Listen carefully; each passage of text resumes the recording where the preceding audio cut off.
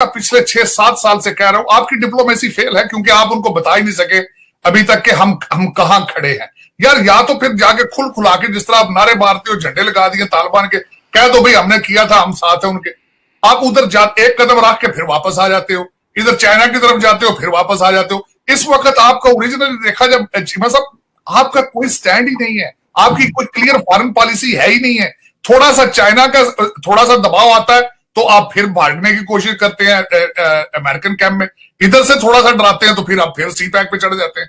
आपकी कोई clear policy नहीं है इस वक्त। आपको अभी तक यही नहीं पता कि मोईद यूसुफ आपके फॉरेन मिनिस्टर हैं या कुरैशी साहब आपके फॉरेन मिनिस्टर हैं, आपको तो अभी तक यही नहीं पता। अब मैं उसमें ये बताना चाहूंगा कि कल इन्होंने जो कहा है, जो मैं वैसे ही बताने की कोशिश कर रहा था कि यहां पे वॉशिंगटन डीसी में ज्यूइश लॉबी के बाद दूसरा नंबर इंडियन लॉबी का है, वाइस प्रेसिडेंट इंडियन है। और आपको पता होना चाहिए कि जनरल असेंबली के इजलास में मोदी साहब खुद तकरीर करने आ रहे हैं और उसके बाद उनकी क्वाड की मीटिंग में बैठेंगे और उसमें अफगानिस्तान को डिस्कस करेंगे।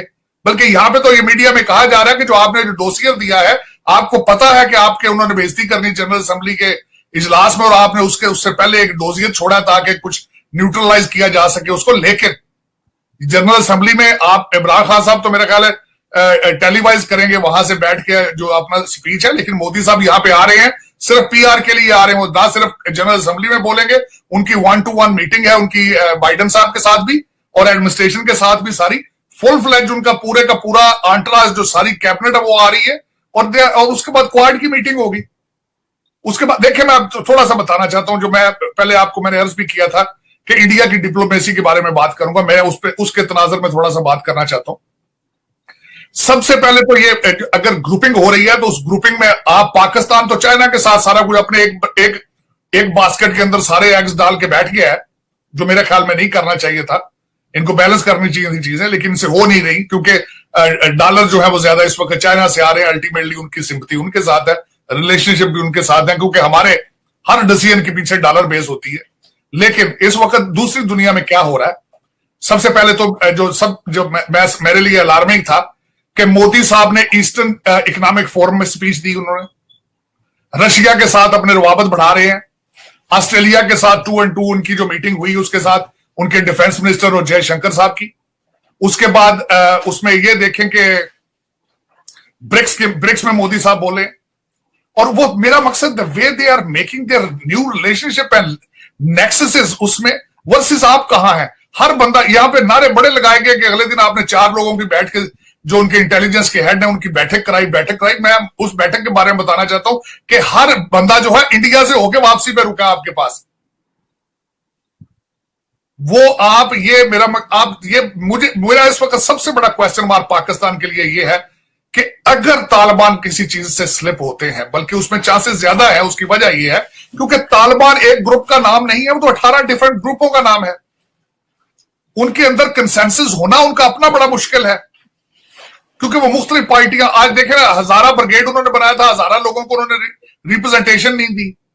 इस वक्त इंटरनेशनल लेवल पे अगर देखा जाए तो 4 उनके कैबिनेट मेंबर हैं, उनके ऊपर यूनाइटेड नेशंस की सैंक्शंस हैं। ये सारी चीजें दुनिया देख रही है, और उसमें उन्होंने जिस तरीके से अपने आप को वो एक यूनाइटेड होके एक क्लियर पॉलिसी नहीं दे पाए, तो फिर पाकिस्तान कहां जाएगा। आपने तो कहते हैं ना कि बेगानी शादी में अब्दुल्ला तो पहले दीवाना हो चुका है, तो वो आप इन चीजों को कवर किस तरह करेंगे, आप क्या लोगों को किस तरह, हाउ यू विल सर्वाइव। आपके जो 100-150 लोग डिसीजन मेकर हैं वो तो सारे लंदन आ जाएंगे, दुबई चले जाएंगे, पीछे मरेगा तो गरीब का बच्चा जब डॉलर 200 का होगा। जी बिल्कुल तारड़ साहब, ये तो इकोनॉमिकली सिचुएशन तो आज मैं देख रहा था डॉलर 170 का इमरान खान साहब की क़यादत में पाकिस्तान में इस वक्त हो चुका है। अच्छा ये बताइएगा कि अगर इमरान खान अगर नहीं आते तो ये कितना बड़ा नुकसान होगा, क्योंकि लग तो ये रहा है क्योंकि इमरान खान साहब की ये ईगो का मसला है कि अगर मैं अमेरिका में हूं, बाइडेन से मेरी मुलाकात ना हो तो ये उल्टा फायदे की बजाय इंसल्ट हो जाएगी।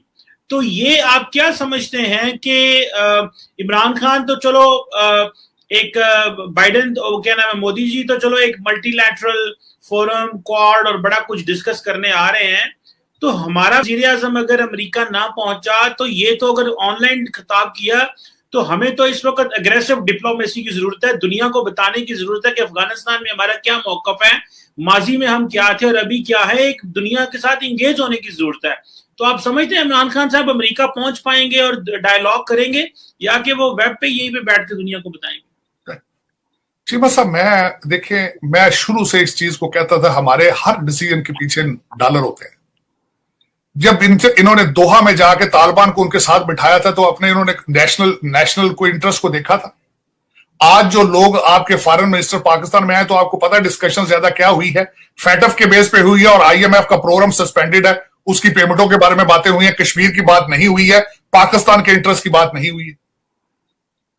तो जब मैंने बताया ना आपको चीमा साहब, जब आपका जो एक टोला जो ऊपर छाया हुआ है पाकिस्तान के, उनके सिर्फ बीवी बच्चों के और उनके अपने मुस्तकबिल के बारे में पाकिस्तान की डायरेक्शन है, इससे आगे डायरेक्शन नहीं जाती हैं आपकी। मुझे ये बताया, मैंने 1000 दफा आपको कहा है, आपके सीपैक अथॉरिटी जो है नैब से, वो क्यों उसको मुबर्रर रखा गया भाई? वजह, उसकी खास वजह बताएं।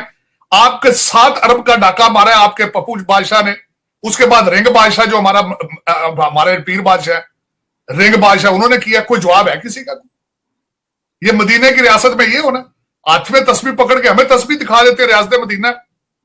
7 अरब रुपया, मजाक है चौधरी साहब? 7 अरब बड़ी रकम होती। हमारे जैसे बंदे ने जिंदगी में, मुझे सिफर नहीं आते याद, 7 अरब के साथ सिफर कितने लगते हैं? और बच्चे जिनकी दाढ़ी मूछे नहीं आई अभी, वो डाके मार गए 7-7 अरब के। मैं वही तो कह रहा हूं सर, के बाद आपकी प्रायोरिटी पाकिस्तान नहीं है, आपकी प्रायोरिटी मनी है, डॉलर है।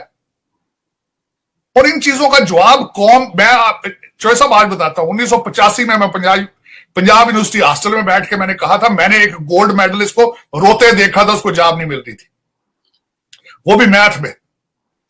तो चौधरी साहब, मैंने 1985 में पंजाब यूनिवर्सिटी में बैठ के कहा था कि पाकिस्तान में ये तालीमी याफ्ता लोग बेरोजगार, ये इनकलाब लेकर आएंगे। आप देख ले तब्दीली का नारा लगाने वाले पीछे कौन थे?